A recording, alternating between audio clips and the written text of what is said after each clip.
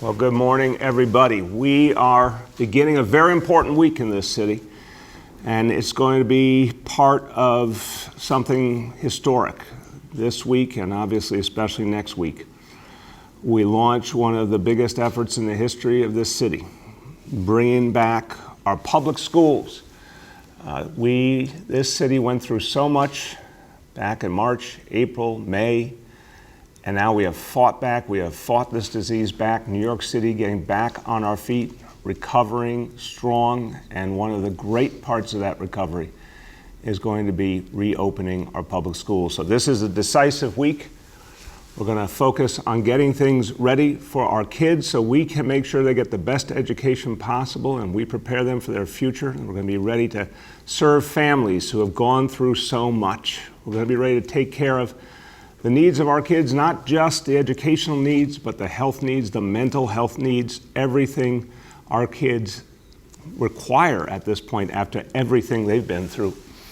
And we're going to do all of this with a focus on health and safety first. And so much effort has gone in over the last months to get our school system ready, but really, we need to remember it's not just the outstanding effort of tens of thousands of professionals. It's also your outstanding effort in fighting back against this disease, doing all the right things to push back this disease in New York City, to fight the coronavirus, so we could get to the day that our school system could reopen, our jobs could come back, we could be on a strong path to recovery. This is because of the people of New York City. So the plan we're going to talk about today, and we're going to update you on all of the things that are being done to focus on health and safety in our schools, to make sure we launch strong. And we're going to be using the resources of the entire city government. Everyone is involved in this mission. It's common cause. We are all working together, everyone who works for you, to make sure our schools start smartly, effectively, safely, in a healthy manner. So as everyone knows, throughout this whole crisis, what's been the key to fighting back the disease? Testing. We always talk about it. Testing, testing, testing. If we had had it in the beginning, what a difference it would make. If the federal government had led the way, what a difference it would have made. But we didn't have that. We had to build on our own. And we have in this city. So now we're testing more people than ever. And we're focusing that testing on all the good people who work in our school system, educators and staff of all kinds. We're going to be focusing that testing as well on our students. So what do we know so far? So far, almost 17,000 school-based staff have taken advantage of priority testing that's been made available to them in the last few days. So this is priority testing. They get quick results. Of course, it's free, it's convenient, it's fast. 17,000 of our school staff members, educators, and other staff have taken advantage. And so far, of over 17,000 tests, we have 55 positive cases. 55 out of 17,000. That is a positivity rate of 0.32%. So that tells us a lot. That tells us how much all the efforts to fight back this disease are working. And it tells us that the folks who work in our school system have been really careful and diligent. And so few have ended up with a positive case. We're going to continue that throughout this week intensely. And so the more people we test, the more we'll know. The more people we test, the more adjustments we can make, and we can keep things moving forward. But let's talk about an obvious reality. Some people will test positive. Those 55 people out of 17,000, they tested positive. That rate I just told you is 0.32%. We could see something like that consistently. Some people will test positive, and those folks will immediately get support. They'll be helped to get home to safely separate. The contact tracing will go into effect right away. And after 2 weeks, those professionals will come back to work, and they'll complete the entire school year. The same will happen with some students. Some students will test positive at some point in the year, and they'll go home for 2 weeks, and then they'll come back and they'll complete the school year. We have to remember that for the very small percentage of people who test positive for the coronavirus, it is a very temporary reality. People will go through that period of safe separation, quarantine, come back, and get right back into their job, get right back into their studies, and continue forward. So we know that we can work with the incredible team, the educators, the school staff, the folks who are devoted to our kids. We can work to make this work. And even when there'll be some ups and downs, we'll make the adjustments. We'll make sure that we keep things moving forward. Now, we do want parents to get their children tested. And this week, there's priority testing available for students as well as school staff at our centers. Again, it is fast, it is free, it is convenient, and you get your results quickly. So I want to show you where these locations are. There are 20 health and hospitals locations in all 5 boroughs. Free priority testing. All you got to do is say you work for the public schools or you're a public school student, and you get priority. Results come back within 48 hours. And anyone who needs more information can go online, nyc.gov/COVID-test. Now, testing has been the key to every effective strategy. Testing is one of the crucial reasons New York City is coming back as strong as we are. And we are going to be very careful when we do testing related to our schools to follow up immediately. So we've created a new COVID response situation room for our Department of Education. And as I said, this is a group effort. It's a number of agencies working together to make sure that whenever there is a positive test, there's immediate answer. So this situation room will provide rapid response. Each and every test result where there's a need for action, it will go right to the central command headquarters. The quick decisions will be made, action will be taken. And this will be open from 5:30 a.m. to 9:30 p.m. Monday through Friday, and on Sunday from 11 a.m. to 9:30 p.m. So this is going to be a constant operation with a group of dedicated staffers and a dedicated hotline. So a principal or a school administrator can call, alert the situation room team to a situation in their school. That will immediately activate contact tracing and all the appropriate steps to make sure anyone who does need to be isolated will be isolated quickly. Now, this will be a constant effort. It will be the Department of Education team, it will be the test and trace team, it will be the Department of Health, everyone together in one room to make decisions. And here you see right now this situation room. And it's being led by one of our most effective operational managers here in our administration, someone who has proven herself time and again to be able to run big, effective plans, big, effective operations. She did it at the School Construction Authority, and it's part of why she knows so much about our school system. She's now doing it as our buildings commissioner, and she'll be leading the effort in this situation room. My pleasure to introduce to you Commissioner Melanie LaRocca. Thank you, Mr. Mayor. This is an entirely unprecedented undertaking. We're bringing together the Test and Trace Corp, Department of Health and Mental Hygiene, and the Department of Education under a single roof to ensure no cases slip through the cracks. We will act quickly, and we will get it done right. We have to. This is about one thing and one thing only: keeping our students, teachers, and school staff safe. And the process is very straightforward. A principal calls our designated hotline to report a suspected case or an individual that's been sent home or was absent with COVID-like symptoms. We're inputting that case, and we're going keyboard to keyboard, giving DOHMH the case to verify the test. This is immediate.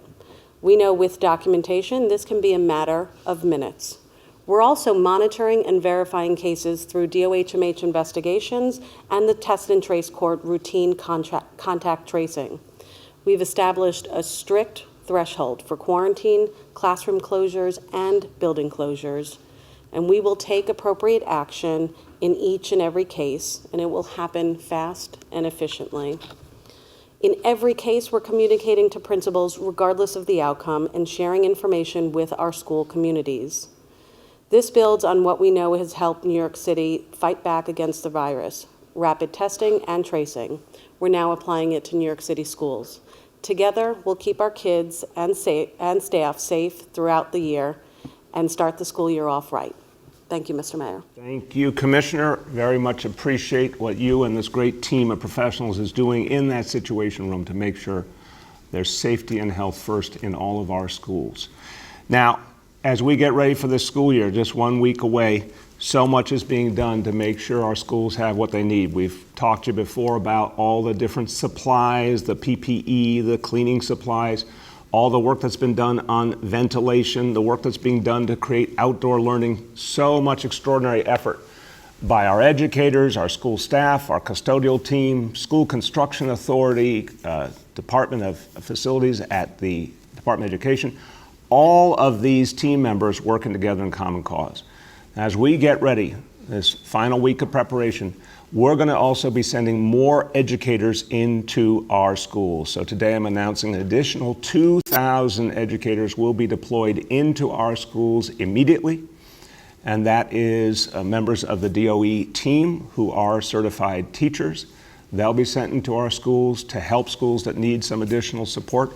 We'll be hiring substitutes. We are committed to an additional 2,000 educators immediately. And we'll keep working with each school to make sure what they need is what they get, and that we're ready for opening day. So we see this whole plan, the situation room you just heard about, all of the preparation to get the schools healthy and safe, the additional educators, is part of a key concept that New York City is going to set the gold standard for health and safety in schools, the gold standard for showing that you can bring our education system back no matter how tough a crisis we have been through. This school system, this city went through so much in March and April. There's still so much pain from that experience. But New Yorkers don't stay down, we get back up. And we're showing that we can take the best ideas from around the world, the best approaches to health and safety for schools. We have the best educators, we have a committed team, and we're going to come back strong. So these additional 2,000 educators will help us to get off to a very strong start. Now, I'm going to turn away from education for just a couple of quick updates, and we'll do our indicators as well as always. But we know this city's come a long way, and we know we also are going to be smart and cautious with every step we take. So we're trying to be measured, we're focused on the data and the science with every move we make to make sure we come back, but we come back safely. And there are some things we still can't do. We still can't have the kind of large gatherings that are some of the high points of this year, and any year would normally have the parades and the major community events. Those kind of things still have to wait. We're looking forward to a lot of them coming back in 2021. Now, one of the most beloved events every year is the Thanksgiving Day Parade, and I always want to express my appreciation to everyone at Macy's. They are extraordinarily civically minded. They care about New York City. We saw what they did on July 4th with an amazing fireworks display. Even with all the challenges we're up against, they found a way to do it in a way that celebrated our country and our city, gave us hope, but did it safely. And they're going to do the same thing again with the Thanksgiving Parade. It will not be the same parade we're used to. It will be a different kind of event. They're reinventing the event for this moment in history, and you will be able to feel the spirit and the joy of that day on television, online. Not a live parade, but something that will really give us that warmth and that great feeling we have on Thanksgiving Day. So I want to thank everyone at Macy's. They're going to be talking to you later on today about the specifics of their plan. And I want to say to everyone in the Macy's organization, thank you for your incredible commitment to New York City. Thank you for always giving of yourselves to make this city a better place. New York City, the city of New York, and Macy's have a long tradition of working together. And in this case, it's really important to keep these traditions continuing, to make sure that that history is unbroken. And we saw that on July 4th. We'll see that on Thanksgiving Day. We'll keep going forward. And then next year, again, I look forward to things coming back in all their greatness so we can enjoy them together in person again. Before I go to indicators, I just want to talk about a friend who passed away a few days ago. And most New Yorkers probably haven't heard of him, but if you come from Brooklyn, and particularly if you come from Carroll Gardens and the neighborhoods around it, you probably have heard of Buddy Scotto, Salvatore Buddy Scotto, the kind of New Yorker who should be celebrated. Maybe not the most famous name, but someone who did so much for his community. This is a man who was always there for the people of Carroll Gardens. This is a man who believed that even when this community was going through a lot of troubles, decades ago, 60s, 70s, 80s, he believed that Carroll Gardens would come back, Brooklyn would come back, New York City would come back. He saw a future vision of greatness for Brooklyn, and he was right. He believed the Gowanus Canal would go from being considered an eyesore to something that would be celebrated and be a center for a lot of positive things, and he was right. So my friend Buddy Scotto, we lost him. He was almost 92 years old, but he represented the best of Brooklyn and the best of New York City, and I'm just personally grateful to him and his family for all the wisdom I received from them over the years, all the love, all the incredible stories I heard, including the times when Buddy very bravely took on some of the organized crime elements in the community, and that was not easy to do, but he did it. That's the kind of brave man he was. Also a veteran of the United States military, someone who served his country well. So I just want to say, Buddy, we miss you already, but we will never forget you. And to all the other people who do so much for the city in neighborhoods all over, you may not be famous outside your neighborhood, but New York City couldn't be great without you. There's some other people like Buddy Scotto who make this city work every day and give us hope. And thank God for all of them. And rest in peace, Buddy Scotto. Now, let me go to our indicators. And as I go into the indicators, let me say on Saturday, we had a really good sign. Saturday's positive testing rate for New York City was just 0.24%. That is tied for the lowest number we have seen since March. So a good sign on Saturday, and let's keep driving forward. Again, we see real evidence this city can keep pushing back this disease. So let's go over these indicators today. Number one, daily number of people admitted to New York City hospitals for suspected COVID-19, threshold 200 patients, today's report 69, and just about a 3% confirmed positive rate for those patients, very, very low. Number two, new reported cases on a 7-day average, that threshold is 550, today's report 261 cases.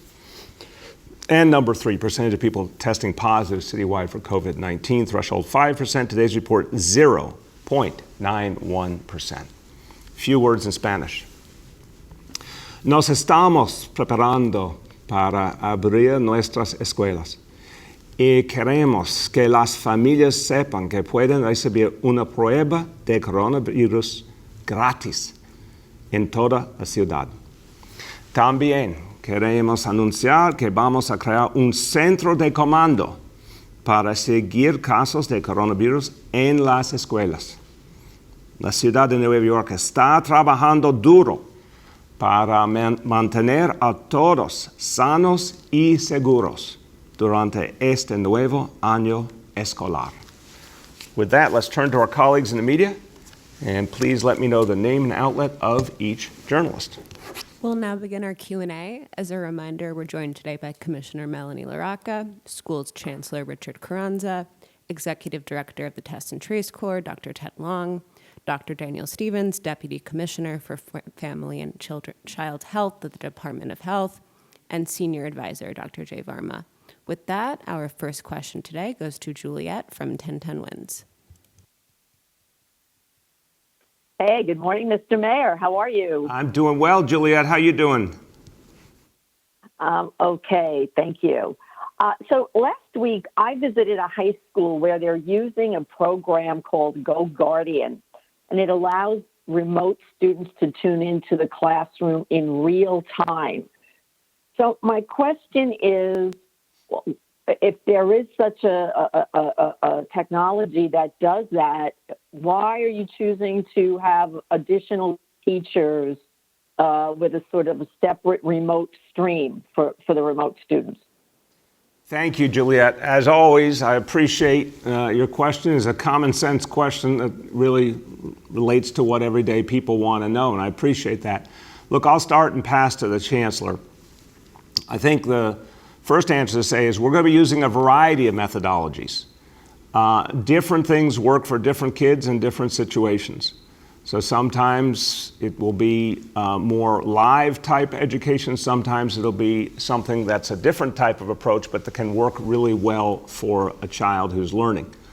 So we're going to mix and match, and we're also going to, as per usual, in the first weeks of school, we're going to try different things and make adjustments based on what works and find the best approaches. So this is, again, an unprecedented endeavor.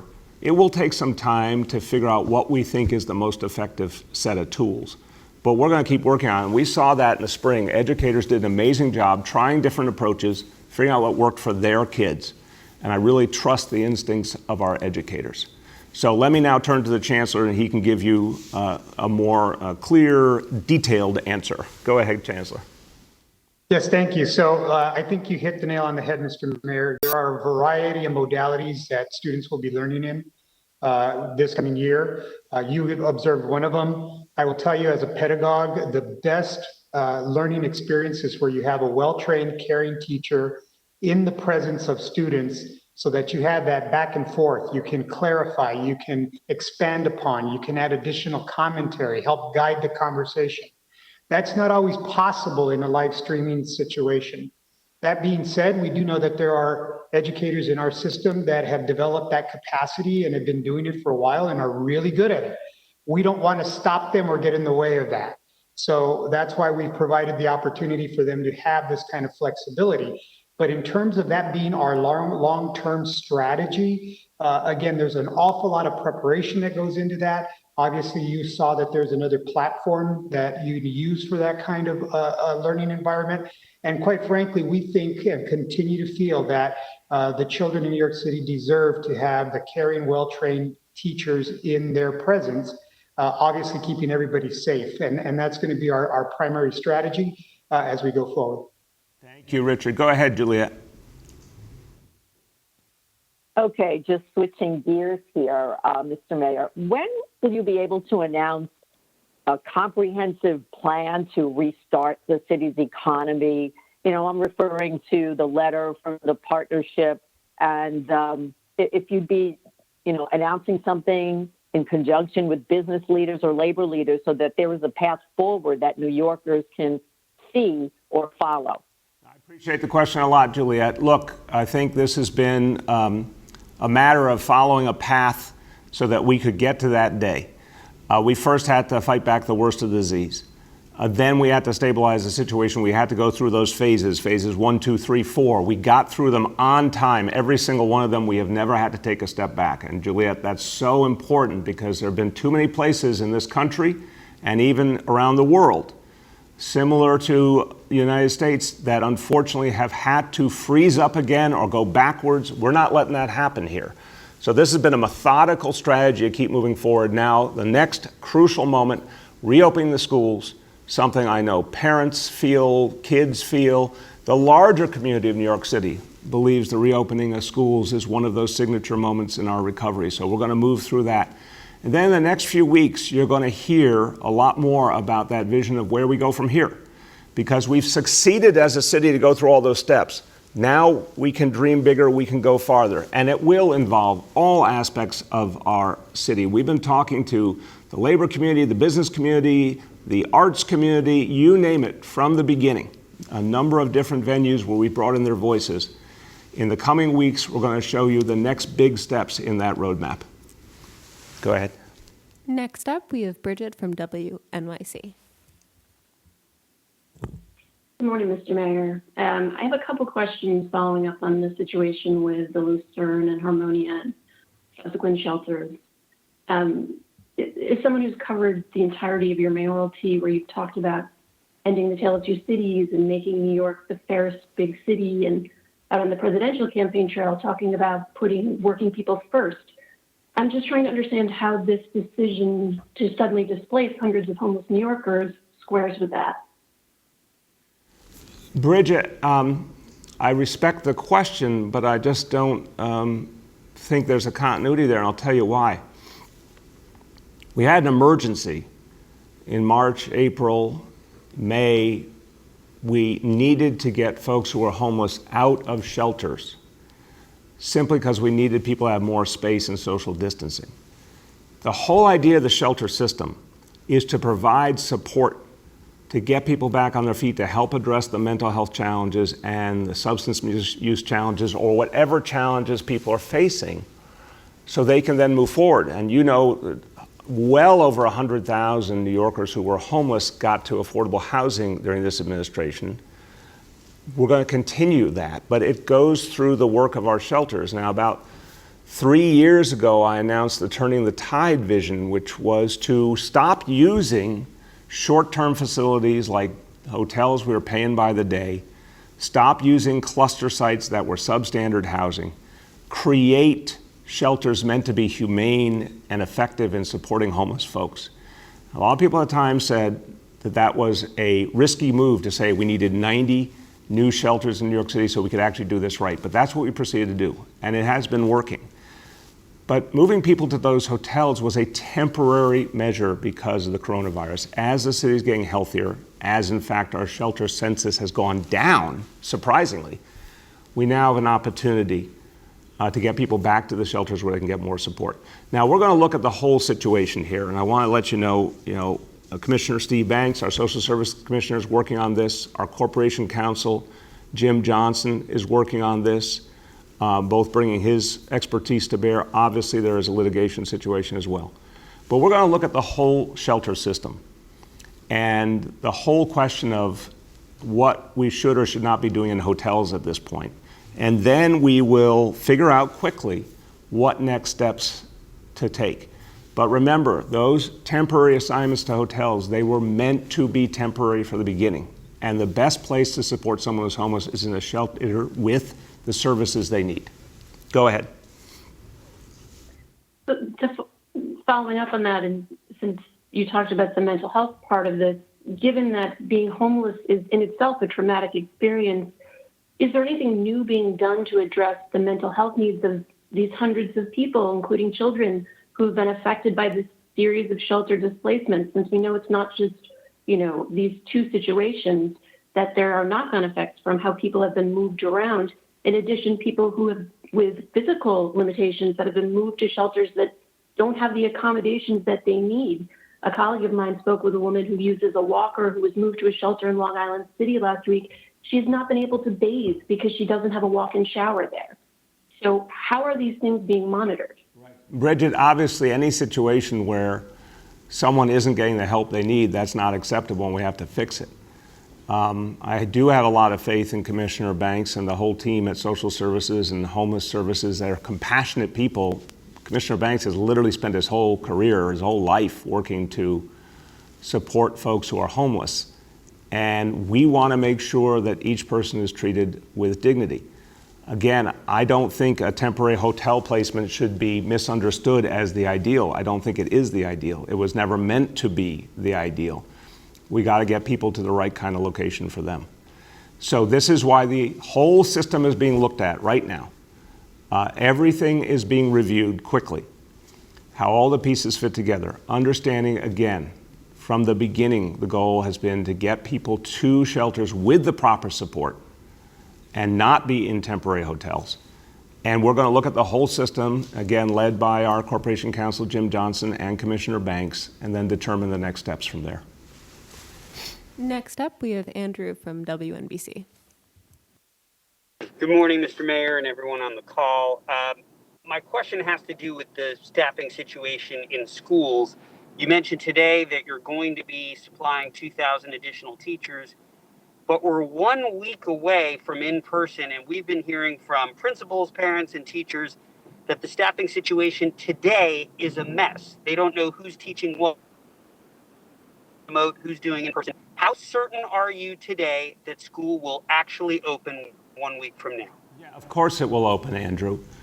Again, every year, you got to go into the beginning of the school year, make adjustments. In a year where there is no pandemic, there's still the weeks that go on in the beginning of the school year where final adjustments are being made in staffing. This year, extraordinary effort has been undertaken to make sure that schools have what they need. It's never going to be perfect, but it will be what schools need. And this balance between the remote and the in-person, it's complex, it's unprecedented. but I have faith in our educators that they'll get it done. So the 2,000 additional educators we announced today, they'll be moving in immediately, and I think they're going to make a big difference. Go ahead. My second question is on behalf of my colleague, Melissa Russo. As you'll recall, a few months ago, the governor was making it clear he was in charge, not you, of decisions about whether to open or close schools. Has that changed, and has the state health department signed off on the city's plans that the governor was making a big deal about you submitting? Yeah, I'll certainly turn to the chancellor, and he can give you his insights from talking to state officials constantly throughout the last weeks. But yes, there was a process for all school systems to submit their plans to the state. The state did not request any major change in our plans. We've been approved. Obviously, the level of the virus in the city has gone down in the course of this time. And one of the central concerns the state had was to make sure that we weren't dealing with a worse situation of disease. Thank God we're dealing with a better situation. So we are all set now to keep moving forward. Richard, would you like to add? Yeah, I think you're right on point, sir. I would only add that in all of our discussions with the state officials, various agencies of the state, New York City continues to have the most rigorous plan, not only in the state of New York, but across the country as well. So everything that needs to be signed off on has been signed off on and more. Thank you. Go ahead. Next up, we have Ravain from Hamodia. Good morning, Mr. Mayor. I would like to ask you a couple of questions about the open restaurants program. First of all, we know that the indoor dining is going to resume on September 30. What specifically is taking place between now and September 30 that we have to wait another couple of weeks? Look, I think it's the whole overall picture, Ravain. And again, I really want to say this clearly. We went from having the worst situation in the country, the epicenter of this crisis, to fighting our way back, stabilized our health situation, went through phases 1, 2, 3, 4 successfully on time, held each one, now are able to restart the biggest school system in America when most school systems have given up trying to do that, and our economy. And you can see it. You can see the level of activity out on our streets. You can see the amount of traffic. And that's a double-edged sword, but it certainly indicates a lot of activity.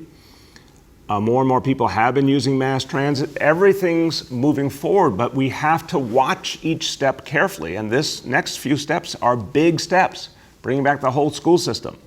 Starting to have indoor dining, which has been a very sensitive matter around the world. And some places, a lot of places, have had missteps with indoor dining.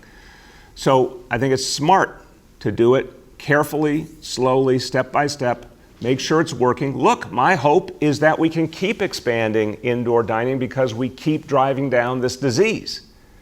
But at this immediate moment, we have to be very smart about each move we make and make sure it's based on the data and the science. Go ahead.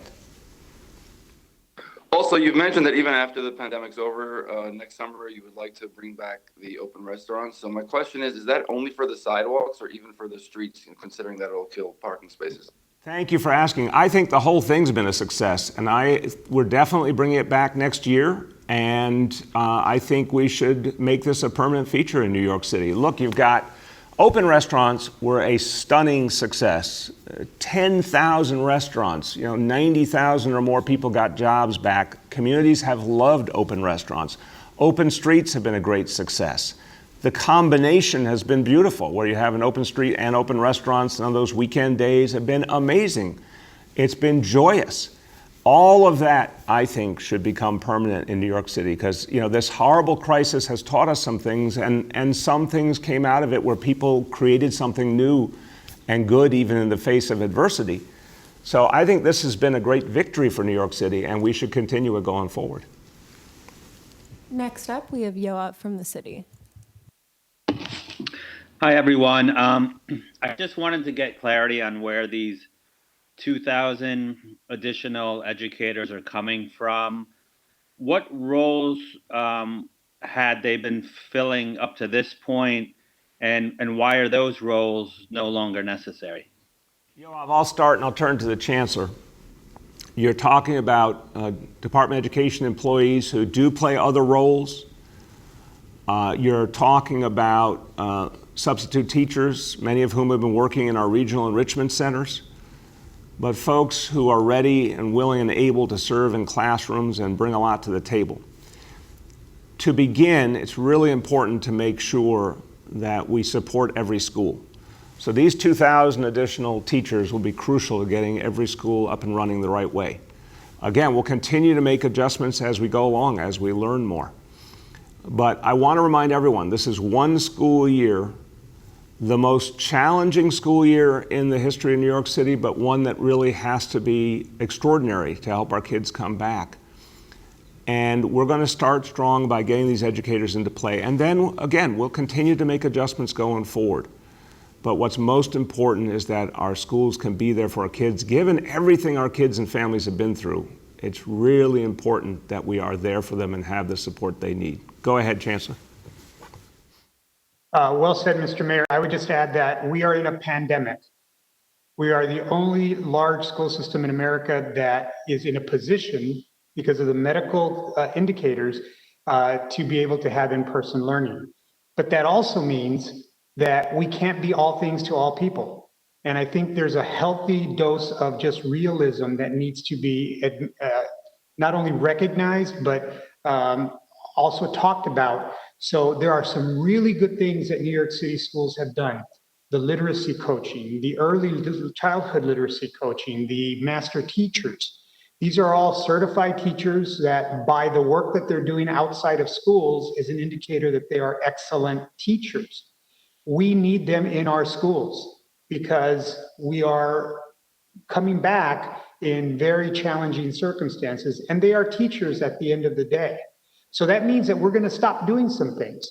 And it doesn't mean that the things that we're stopping doing weren't good things or aren't good things. It's just a matter of prioritizing what we need to prioritize right here and right now. So many of those folks that will come back into schools are coming from some of those programs, some of those initiatives, some of those support services for teachers and administrators in schools that we're pausing because the number one priority is having a safe, organized, in-person learning experience for our students who we know need it. So in the pandemic, it's all hands on deck. We're also working with a number of our partners, and we'll have more to say about that in the coming days as well. But we also listen to our schools, and we've heard that there's a need for staffing. And again, I want to thank the mayor and the city for pulling out all the stops to allow us to be able to do this. Thank you. Go ahead, Yoav. Okay, thanks for that. On a different issue, Gail Brewer did an assessment of the police precincts in Manhattan and found that a vast majority had some type of barricades in front of them, including a number that even till now are still closing off entire streets, which obviously impacts some of the businesses on those streets. I know the community board, I believe, has asked for the block-long barricades to be removed. I believe it's the 1-3 and the 1-7 precinct. What is the status of that now? And I guess one question is, does every precinct that has those barricades up, are they responding to a specific threat, or is there just kind of a general threat that they're all responding to here? Look, Yoav, good question, and here's what I'd say. We've been, I've said this previously, constantly reducing those type of measures, and they will continue to be reduced. There are some specific precincts that have had specific situations recurring, and that's why they've kept them in place. But any place that doesn't need them anymore, of course they should pull them back because we want, to continue to support communities. So the simple answer is you're going to see less and less of that. I'll check personally into the situation with the 1-3 and 1-7 precincts. But the overall approach is, unless there is a specific recurring situation, to continue pulling back those measures. Next up, we have Jillian from WBAI. Hi, Mr. Mayor. Jillian, good morning. And look, this number is getting real low now. So I hope you are reporting on this because I know you care about it. I do care. We all do. So I'm asking a question that is totally out of left field, as usual. Several city council members recently sent you a letter criticizing what they called sweetheart deals the city made with assorted sports venues, noting the Garden hasn't paid property taxes since the 80s. Also, once the public is permitted back into the Barclays Center, Yankee Stadium, and Citi Field, all which received funding through pilots, tax-exempt bonds from the IDA, their payments to the city should be, quote, commensurate with the assessed property value. They asked the city to revoke MSG's tax break, increase the amount of pilot payments, work to keep any new stadiums from receiving those tax breaks, and pay the city an appropriate amount for renting public land, in contrast to what's currently occurring. This seems like a win-win way for the city to add desperately needed revenue.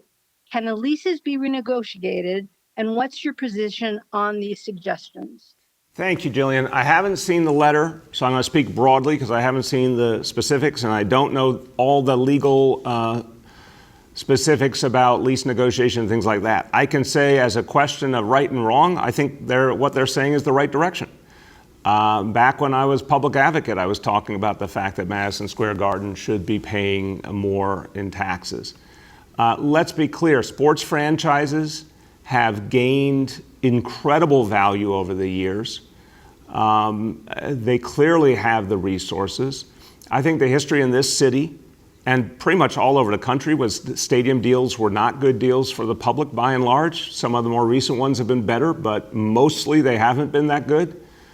And everything should be reevaluated, especially at a point where the city is going to need resources for our recovery. So I think it's time to look at all of that. Following up on that same thing, and you've already answered some of what I'm going to ask you, and I'm not raising this because I was raised to hate the Yankees. The executive director of the bid around Yankee Stadium wrote you in June saying, while the team still earns millions in commercials and sponsorships, despite COVID, little is trickling down to the struggling neighborhood, which is one of the poorest in the city. He asked not only to renegotiate that lease, and I've seen everything from $1 a year to other numbers, but also they should pay the fair market rent as area businesses do, between 60 and 120 per square foot, which could bring in as much as 100 million. Again, what's your position?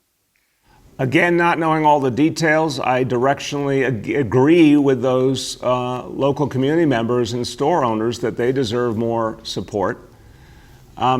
Look, a sports franchise nowadays is a vast business enterprise, a very profitable enterprise. No one has to even pretend. When it comes to the Yankees, they're a big business. They make a lot of profit. Of course, they should support the neighborhood right around them.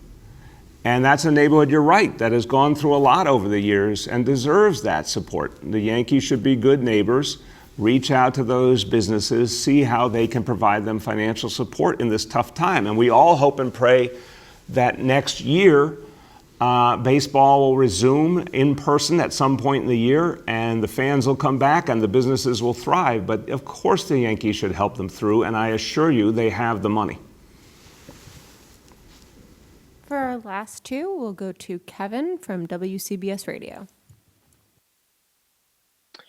Good morning, Mayor. Just to go off your announcement, how are these 2,000 teachers going to be deployed? Do some schools get priority? I know we've talked a lot about full staffing and some schools struggling to actually do that to start. But for the 2,000 that are deployed from the onset, how are they deployed exactly? Yeah, good question, Kevin. I'll start and pass to the Chancellor. So we have a variety of situations talking about roughly 1,600 public schools, some multiple schools in the same building. So number of buildings, number of schools is different, but let's say roughly 1,600 public schools is our universe. We have hundreds of public schools that now already have the teaching complement they need, and we have others that need more help. Very typically, schools have let us know they need just a couple of teachers. So that's a very common request we've gotten from a lot of schools. Hundreds of schools have said they just need one or two more, for example.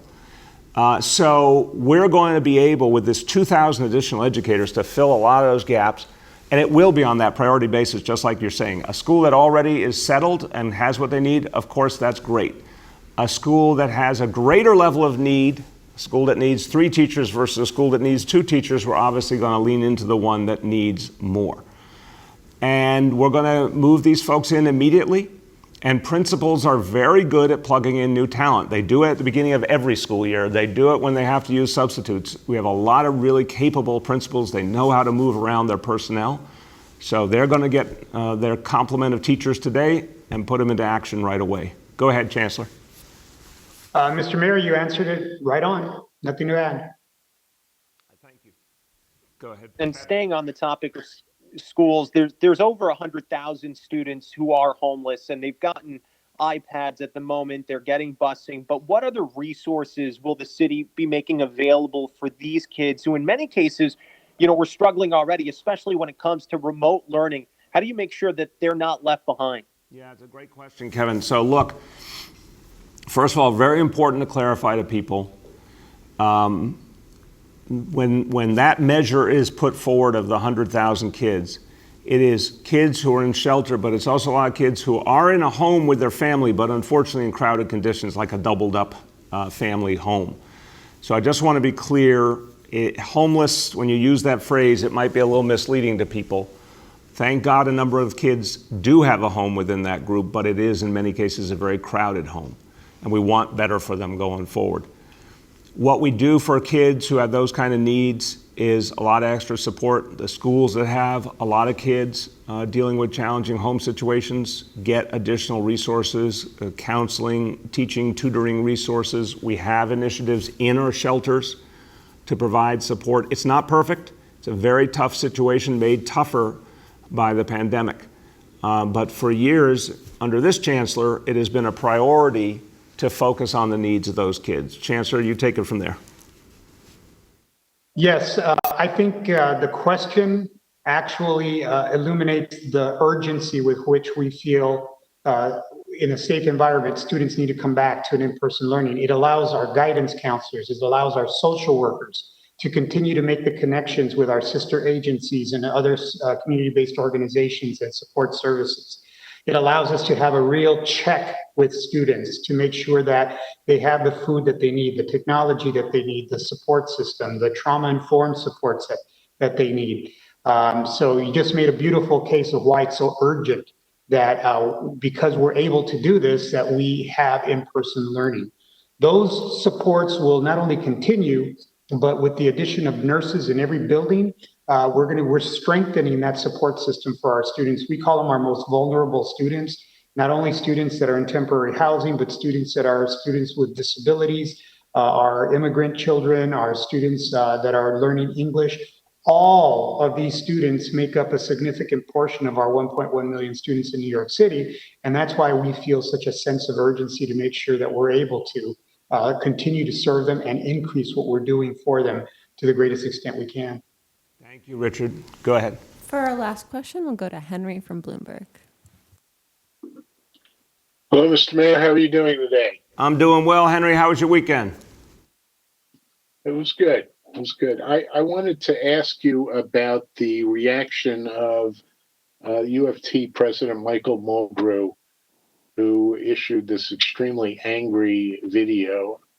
I'm wondering whether, first of all, whether you saw it and how you would respond to the substance of it, in which he really complained that a lot of classrooms have not been cleaned, especially District 75 classrooms that were in state-owned facilities, but he felt the city DOE should have cleaned up, and he was incensed that when he asked about this, some DOE officials said it wasn't really their problem because the facility was owned by the state. First, thank you, Henry. I did not see the video. What I can tell you is I've been in constant touch with Michael Mulgrew over the last days. My first deputy mayor, Dean Fullahan, has been. I know our chancellor has been. Any concern he has, the union has, we're working on immediately. I share frustration about those 17 buildings. I have to be straightforward about that. You know, this team at the DOE and all the people I've talked about, School Construction Authority, they did an amazing job with well over 1,400 buildings, getting all those inspections done, getting things ready. The 17 buildings, state-owned or owned by other folks, in all of the activity, they didn't get the attention they deserve. They should have. They've gotten that attention now. I'll be getting an update in the next couple of hours, and I believe all of those buildings have been addressed, but I'll be able to say more on that later today or tomorrow. But it obviously should have been in the first wave. That was a misstep, but it can be fixed. So I haven't seen the video, but I can tell you for sure, Henry, what I've said to President Mulgrew is, give us any situation that is not what it should be, and we're going to address it immediately, because it's a massive, massive operation. Again, well over 1,400 buildings. If something's wrong, even in a single classroom, we want to know about it so we can fix it right away. Go ahead, Henry. All right, thank you for that, Mr. Mayor. My second question has to do with this letter that was issued by the Partnership for New York City last week. Today, there's been another letter, you may not be aware of it, that the partnership sent to the Trump administration, actually directly to the president, along with similar business groups on Long Island and Westchester, calling for the president to support significant fiscal aid to state and local governments and to the MTA. So my question to you really is, number one, I'd like to know what your reaction is to the fact that they've sent a second letter to the President of the United States imploring him to release federal funds. And then I'd also like to hear you respond to the letter that was directed to you. Sure. Well, first of all, I'm very pleased to hear that they're using their power and influence to try and move the president on the stimulus. The thing we've all needed for months and months and months is a federal stimulus to help cities and states back on their feet. And I've been making this case from the very beginning. The House of Representatives did the right thing. The Senate has not, because of Mitch McConnell. Donald Trump has not lifted a finger to push that stimulus forward. Let's be real about that. So hopefully people who he does have a relationship with and who he might listen to differently because they're business leaders, them weighing in for a stimulus is very helpful. I commend them.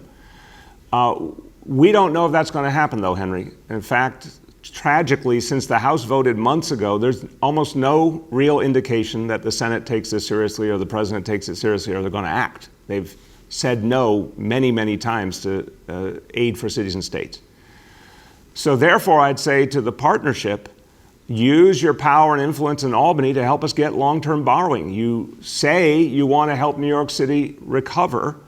The thing we need immediately is the long-term borrowing capacity so that we can, in fact, bring back some of the services that have been cut back because of the fiscal crisis. We lost $9 billion in revenue. When you don't have $9 billion you had before, you are going to see cuts. You are going to see painful cuts. You're going to see services not there that used to be there. But if we want to move forward as well as we can and should, we need to get those services back, and we need to protect our workforce, which has been heroic. Let's remember something. I think our colleagues in the private sector maybe don't fully understand the strength and the ability of public sector workers, but I've seen only heroism. Whether you're talking about first responders, healthcare workers, our educators bringing the schools back, we need to make sure we can protect our workforce, and God knows we have to avoid layoffs. So what I would say is, if they really want to help us get that long-term borrowing in Albany. They could have a big impact on that. And I'll work with them. I'll work with the business leaders. We've been working with them throughout. But let's be clear. If the stimulus isn't coming, we must have support from Albany, or else all those services people are talking about are going to be endangered, and we can't have that. Everyone, as we conclude, I'll go right back to that point about the people who serve us. And I want to just commend our educators and all the folks, the custodial teams, everyone who over the last months have been preparing for the opening of school. I want to commend everyone who's going to be in that situation room with Commissioner LaRocca. All the folks who are working night and day, our healthcare team, extraordinary effort, the test and trace team, everyone's working in a common cause. Now, these are public sector workers who give of themselves every single day to protect the people of this city. And they're giving their all right now to bring schools back safely and to help this city forward. And I want to honor that hard work, that commitment through thick and thin. I also want to honor our parents who've gone through so much, who are really demanding and pleading for school to come back so their kids can get the best education possible and so parents can get back to work.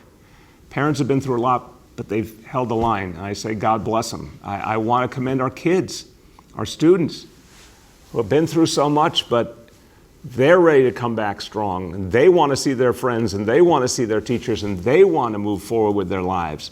This is something to celebrate about this city, the strength of our people and the strength of the people who work for us. And we will come back as a city. In fact, we're going to come back more fair, more just, more equitable, because we can. We have it now within our grasp. And there's a sense of mission. People ready to give their all to bringing back the greatest city in the world. So today is another step in that direction, and tomorrow will be, and the day after that. And New York City will come back strong. Thank you, everybody.